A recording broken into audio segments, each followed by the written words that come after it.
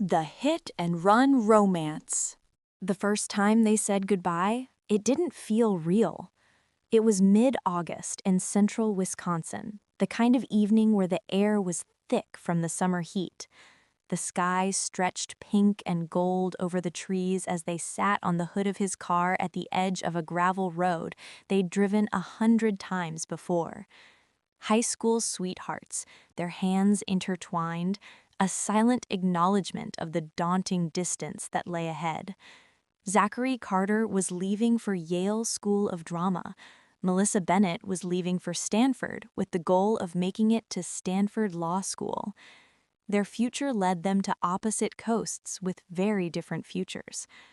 "I guess this is it," Melissa said softly, tracing invisible circles on the back of his hand. Zachary shook his head. "No, not it." She looked at him, eyes glassy but steady. "Then what is it?" He took a breath, like he was about to step on stage. "Intermission." She laughed through the ache. "You and your theater metaphors."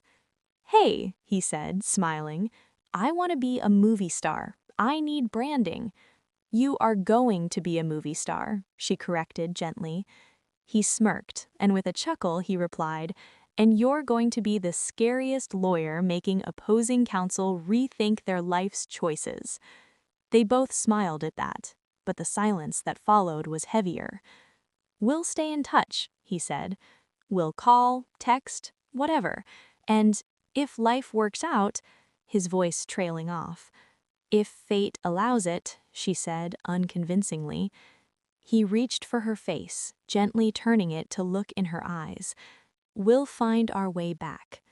They sealed the promise with a kiss that felt like both a beginning and an ending. At first, they kept their word. Texts turned into late-night calls, FaceTimes filled with laughter and exhaustion, him rehearsing monologues in cramped dorm rooms, her buried under books and caffeine.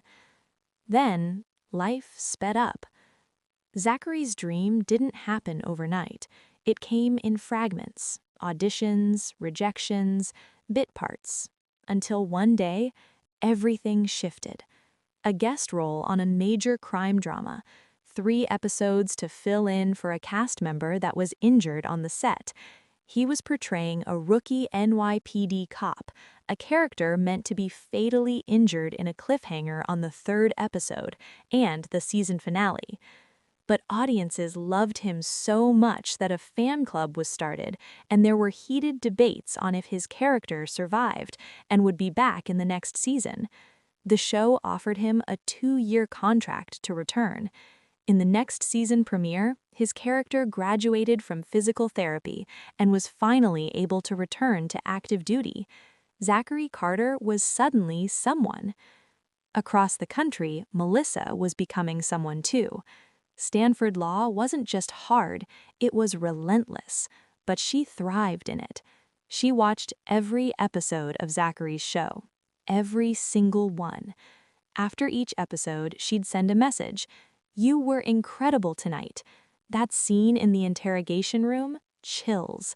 Proud of you." He always replied, sometimes hours later, sometimes at 3 a.m. "Thanks. You should have seen how many times I forgot that line. I accidentally threw a prop gun today when drawing it, almost hit the actor in the eye. How's Law World? Still putting everyone else to shame?" For a while, that was enough. Until it wasn't. His days grew longer on set. Her nights grew shorter with her bar prep. He started filming a movie during the season hiatus. Message responses were delayed. Delays turned into silence. Silence turned into routine. A text on birthdays and a generic message on Christmas. Neither of them ever said it out loud, but they both felt it slipping. Years passed. Melissa graduated near the top of her class, which led to a position at a Los Angeles firm on their criminal defense team. A prestigious firm, the kind that represented everyone from celebrities and millionaires to low-income individuals being railroaded by the system. Being the low man on the team, they gave her the unwinnable underdog cases they took pro bono for her to gain experience. She went to law school for exactly that reason. She believed everyone deserved the best defense, regardless of status. She won the first case, a man who was being accused of domestic violence during a nasty divorce. Then the next one, a woman accused of possession with the intent to distribute after she got pulled over when she borrowed her boyfriend's car. One by one, she built a reputation. Sharp, relentless, impossible to outmaneuver. Meanwhile, Zachery left the show that made him famous as the movie roles were pouring in. He was appearing on red carpets and on magazine covers. The dream he once joked about on a dusty car hood had finally come true. 10 years after that goodbye, Melissa's phone rang with a number she had saved in her phone, LAPD Pacific Community Police Station. Hello? Silence. Then, Melissa? Her heart stopped. What? Zachery? His voice was different, older, tighter. I need you. That was all it took for her to grab her briefcase and head for the door, while muscle memory took over as she sternly responded with, "Do not say a word until I get there. I will be there in 25 minutes. The police station was buzzing with excitement she can only assume was because the Zachery Carter was there. Melissa walked through the station like she owned the place, because in a way she did.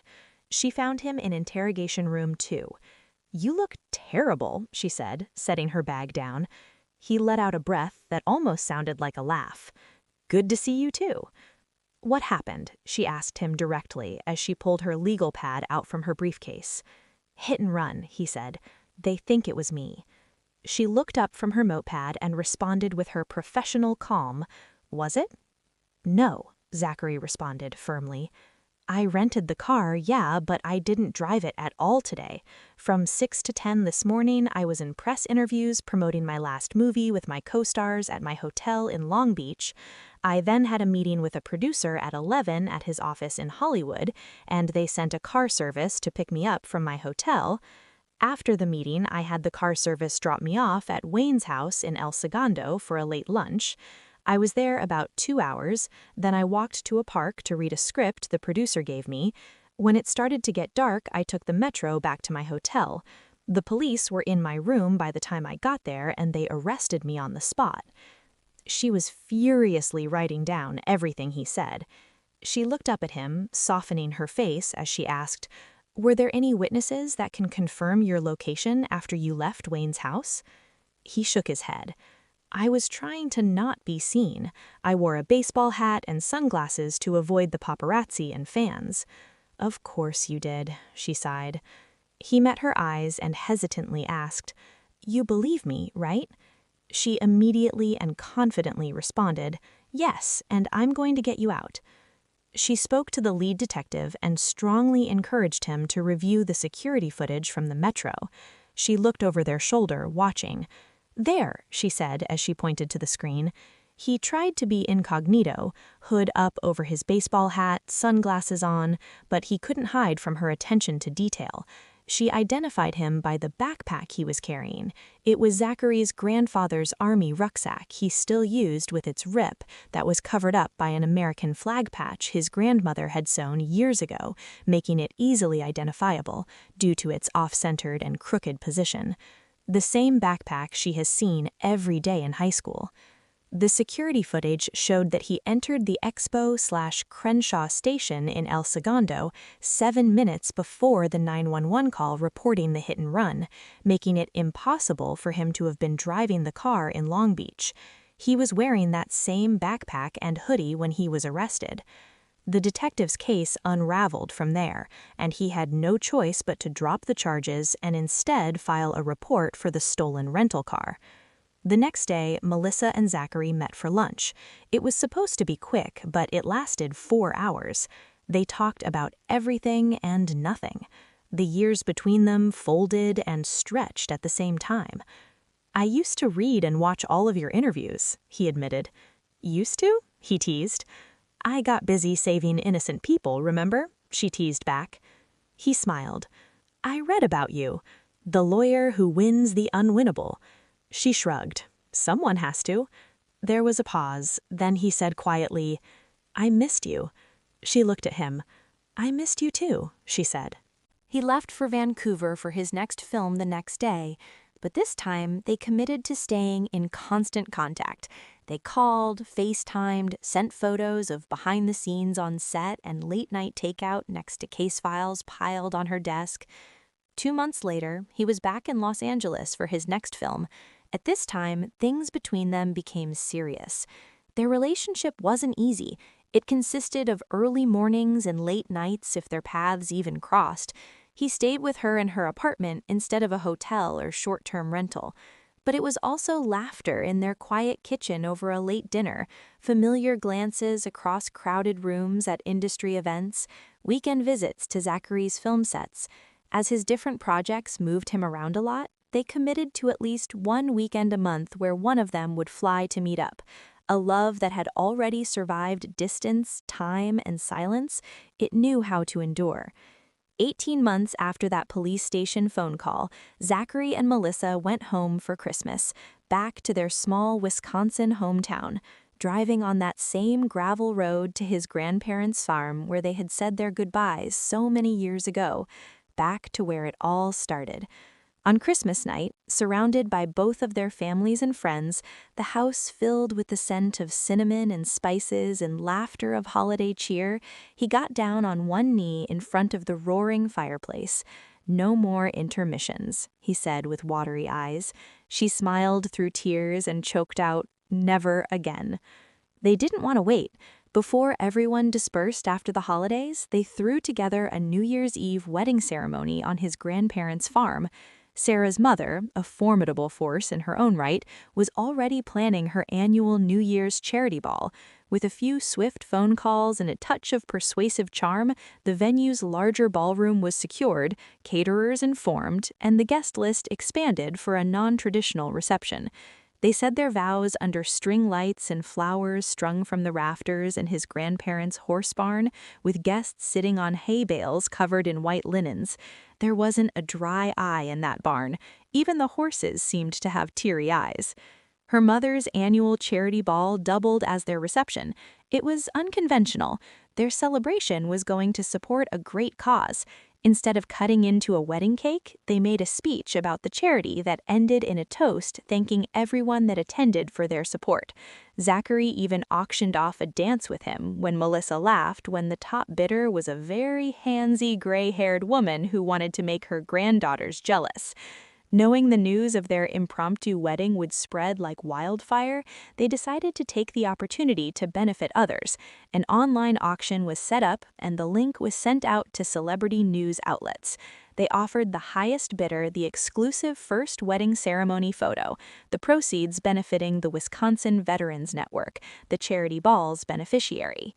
Years ago, they had trusted fate, and fate had a sense of humor. Now they had a future to write together. Thanks for listening to a Canoodle Mouse story. Leave a comment with your thoughts. Don't forget to like and subscribe for more stories.